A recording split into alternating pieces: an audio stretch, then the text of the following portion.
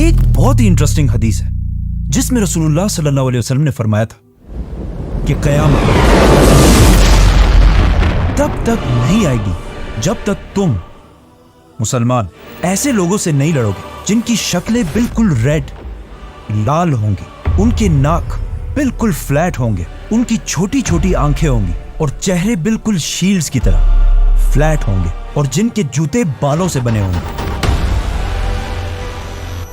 Now रसूलुल्लाह सल्लल्लाहु अलैहि वसल्लम ने इस हदीस के बाद अपनी वफात तक पूरे अरब को फतह कर लिया था और मुसलमानों की एम्पायर पूरे अरब में फैल चुकी थी, जिसके बाद खिलाफत राशिदा के 30 सालों में अबू बकर, उमर, उस्मान और अली की खिलाफत में मुसलमानों ने पहली बार अरब से निकलकर इंसानों की तारीख की सबसे बड़ी एम्पायर बनाई और पहली बार मुसलमान दुनिया के सुपर पावर बने। लेकिन सिर्फ 30 साल हुकूमत के बाद खिलाफत राशिदा खत्म कर दी गई और खिलाफत एक खानदान बनु उमैया के कंट्रोल में आई, जिन्होंने फिर मुसलमानों की इस एम्पायर पर 90 ईयर्स तक हुकूमत की और इसे राशिदून खिलाफत की इस साइज से बढ़ाकर इतने इलाके तक पहुंचा दिया।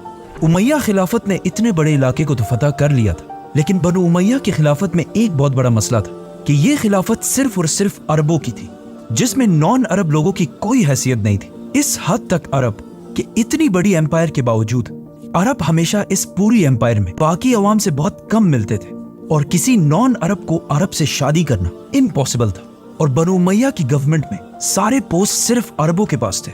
ये उसी तरह था जिस तरह आज यूएई और सऊदी में पाकिस्तानियों और इंडियंस को ट्रीट किया जाता है। इस सब से तंग आकर उमैया खिलाफत के खिलाफ उनके मुल्क के अंदर से ही बगावत हुई और एक और खानदान अब्बासियों ने खिलाफत संभाली, जो रसूलुल्लाह सल्लल्लाहु अलैहि वसल्लम के चचा हजरत अब्बास रज़ियल्लाहु तआला अन्हु की औलाद थी।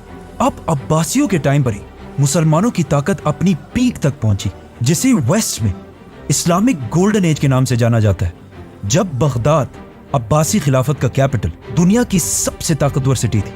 अब्बासी खिलाफत ने दुनिया की सुपर पावर होने के साथ साथ एक बहुत ही यूनिक काम किया कि उन्होंने अपने कैपिटल बगदाद के अंदर दुनिया की सबसे बड़ी लाइब्रेरी बनाई, जिसे हाउस ऑफ विजडम कहा जाता था, और इस लाइब्रेरी को दुनिया की बेहतरीन किताबों, स्टोरीज और पोइट्री से भर दिया, जिसकी वजह से दुनिया के सारे इंटेलेक्चुअल लोग, साइंटिस्ट, पोइट्स, आर्टिस्ट्स सब अपने इलाके छोड़कर यहाँ इस सिटी में जमा होने लगे।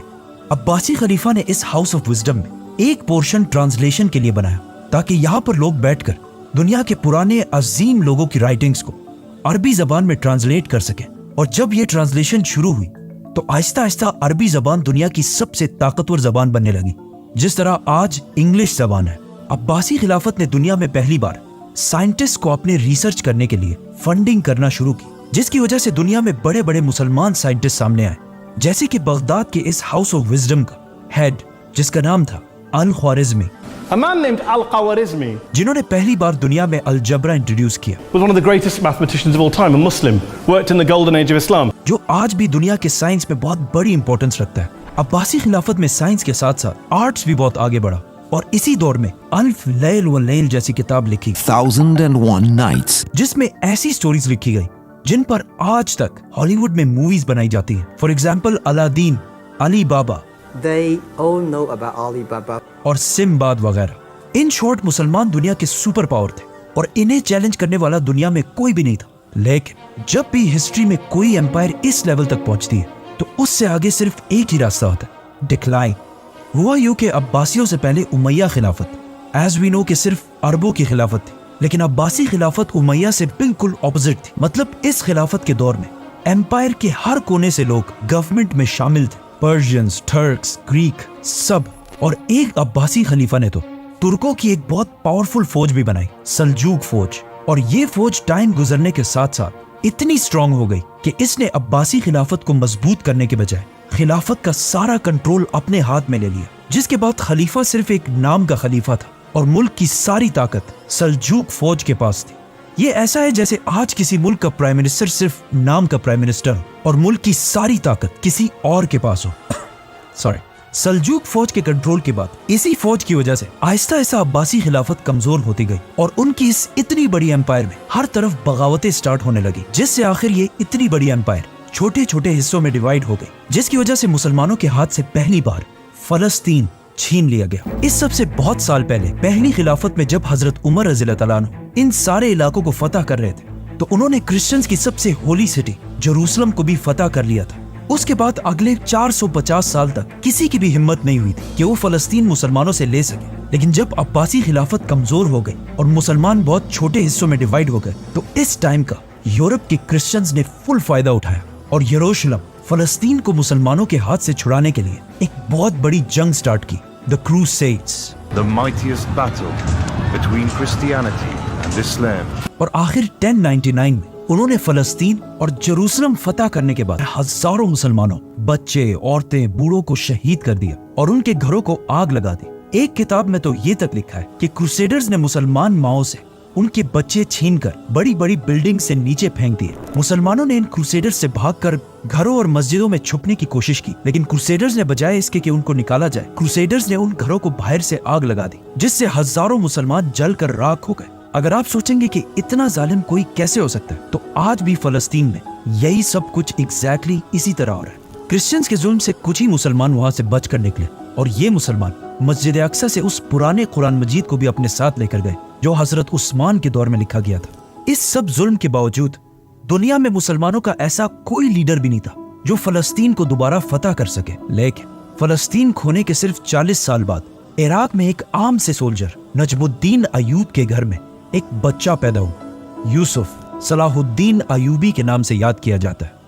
सलाहुद्दीन अयूबी 25 साल की एज में अपने चाचा के साथ इराक छोड़कर इजिप्ट की तरफ गए और वहां आहिस्ता आहिस्ता बहुत लंबी स्ट्रगल के बाद इजिप्ट के बादशाह सुल्तान बन गए।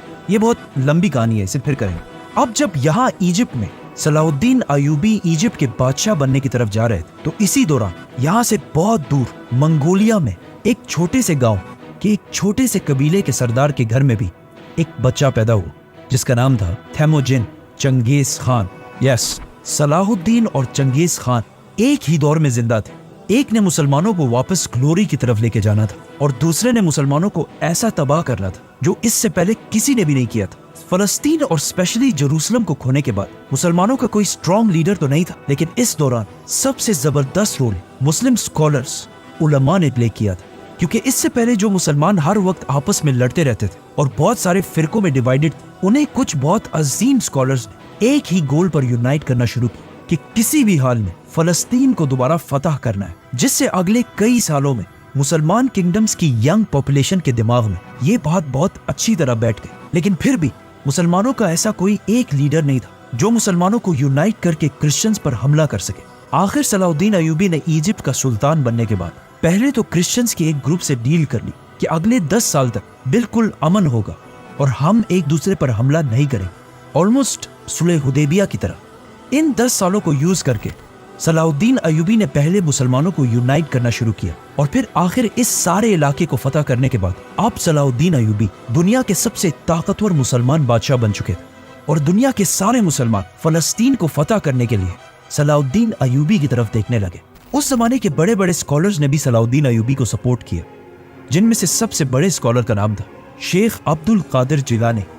अब्दुल कादिर जिलानी उस वक्त दुनिया के सबसे इन्फ्लुएंशियल स्कॉलर थे, जिनकी सलाहुद्दीन अयूबी भी बहुत रिस्पेक्ट किया करते थे। आखिर सलाहुद्दीन अयूबी ने अपनी फौज लेकर क्रूसेडर्स पर हमला कर दिया और साल 1192 में जेरूसलम को मुकम्मल तौर पर फतह करके सिक्योर कर लिया। 1192 मुसलमानों की तारीख का बहुत इंपॉर्टेंट साल था, क्योंकि इस साल एक तरफ सलाहुद्दीन अयूबी ने इतनी बड़ी फतह हासिल की और दूसरी तरफ शहाबुद्दीन गौरी ने इंडिया पर हमला करके इसे फतह कर लिया और दिल्ली सल्तनत की बुनियाद भी रखी।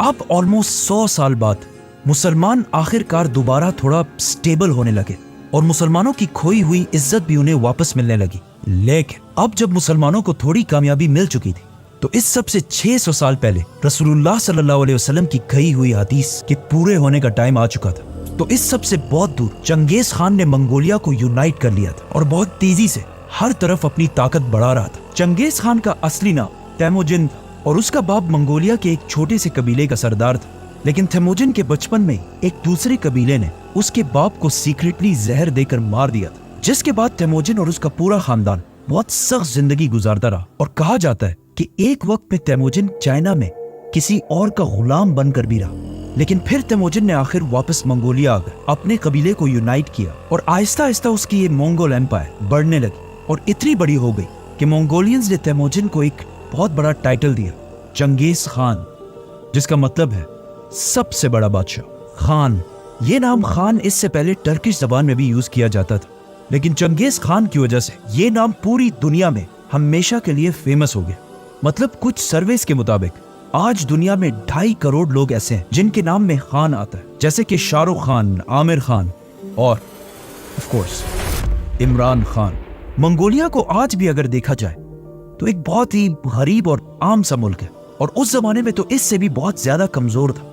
इसीलिए चंगेज खान के इस एम्पायर के बनने के बाद भी मंगोलिया के नेबर चाइना ने इसे सीरियसली नहीं लिया, क्योंकि आने वाले कुछ ही सालों में चंगेज खान ने चाइना की कैपिटल बीजिंग को फतह कर लिया, और पहली बार लोगों ने देखा कि चंगेज खान कितना जालिम है।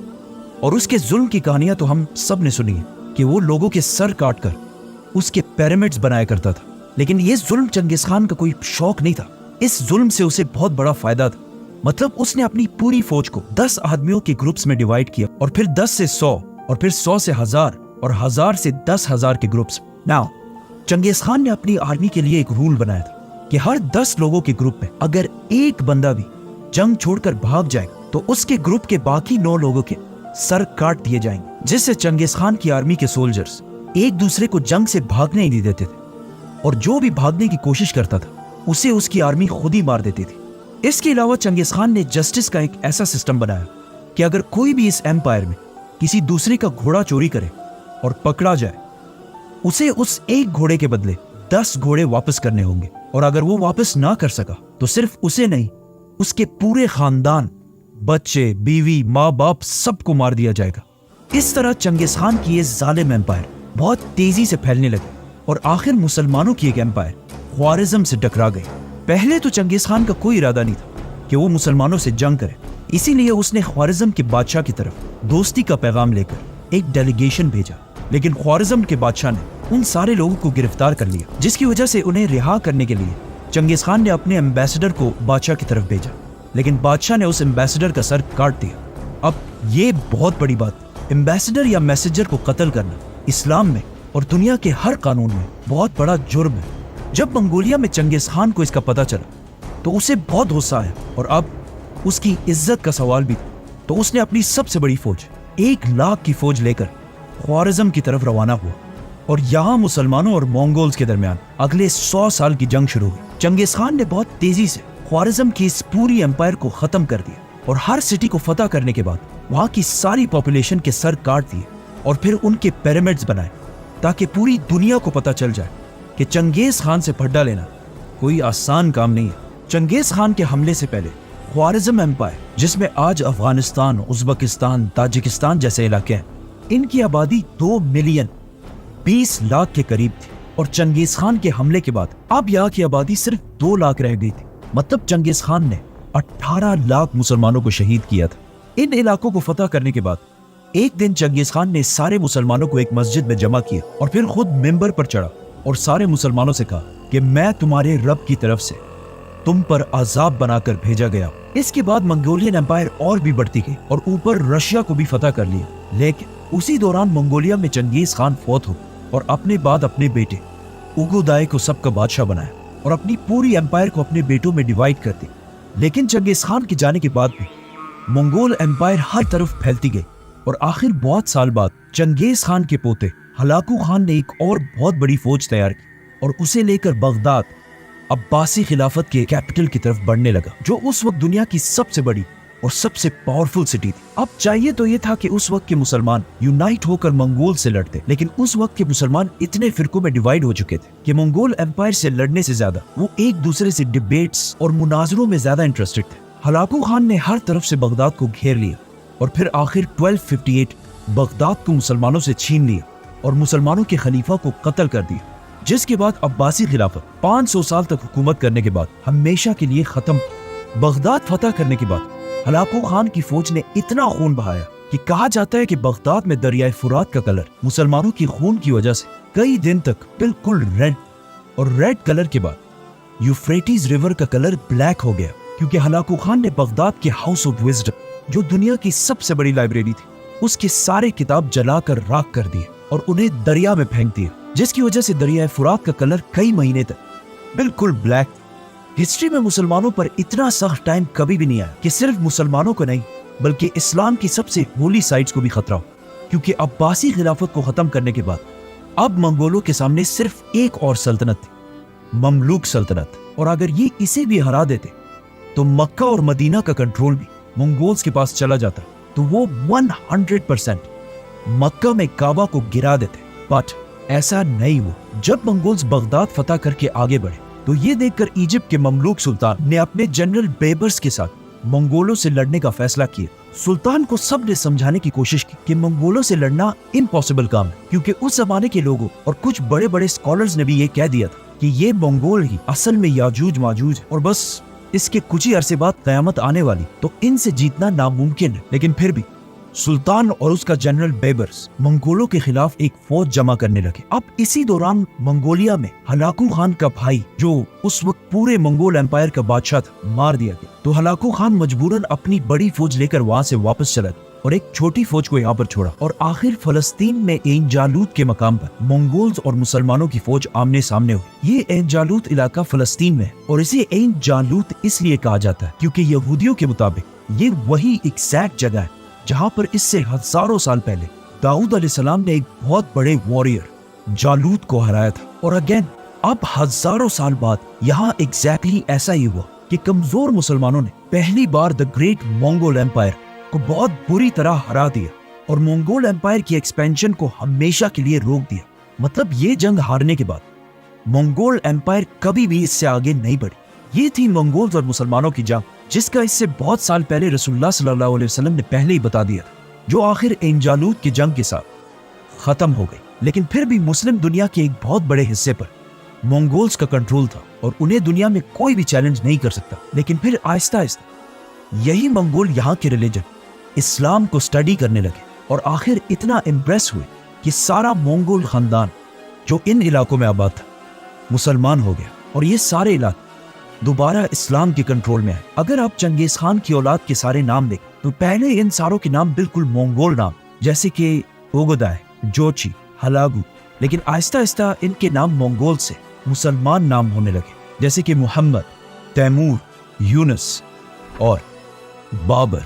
क्योंकि इंडिया पर बहुत साल हुकूमत करने वाली मुगल एम्पायर इसी चंगेज खान की औलाद में से थे। हजरत उमर और चंगेज खान में एक बात कॉमन है कि इन्होंने अपने जमाने की सबसे बड़ी और सबसे ताकतवर एम्पायर्स बनाई थी। लेकिन इन दोनों एम्पायर्स में एक बहुत बड़ा डिफरेंस कि आज चंगेज खान को सिर्फ एक जालिम के तौर पर याद किया जाता है, लेकिन हजरत उमर को पूरी दुनिया एक ग्रेट लीडर मानती है। सब्सक्राइब।